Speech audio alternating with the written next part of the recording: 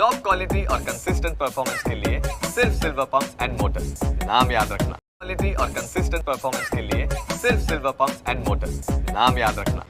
દેશમાં લવ જેહાદના કિસ્સાઓ સામે આવી રહ્યા છે।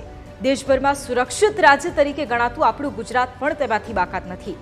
તાજેતરમાં ગુજરાતમાં પ્રકાશમાં આવેલ લવ જેહાદનો વધુ એક કિસ્સો જેણે તમામ લોકોને ચોંકાવી દીધા છે, જેમાં મોહમ્મદ શાહબાઝ ખાન નામના એક વ્યક્તિએ પોતાની પ્રેમ જાળમાં ફસાવીને હિન્દુ મહિલાઓને નિશાન બનાવી છે।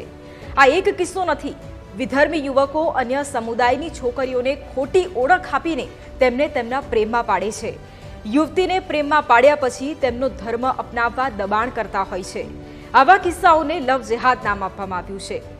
જેહાદી માનસિકતાવાળા પુરુષો હિન્દુ દીકરીઓને કોઈકને કોઈક રીતે ફોસલાવી, લોભાવી, લલચાવી કે પછી ડરાવી ધમકાવીને પોતાની કરતૂતોને અંજામ આપતા હોય છે।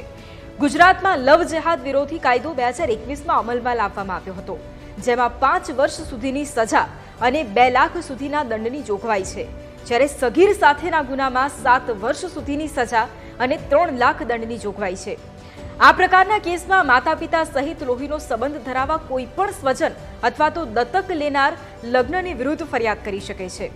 બંધારણની કલમ નંબર 25 આપણને ધર્મનું પાલન તેમજ તેનો સ્વીકાર કરવા અને પ્રચાર કરવાની આઝાદી આપે છે, પણ કોઈ બીજા વ્યક્તિને ફસાવી, ડરાવી અને ધમકાવી પોતાના ધર્મનું પાલન જબરજસ્તી કરાવવું એ હક ક્યારેય કોઈને નથી મળ્યો।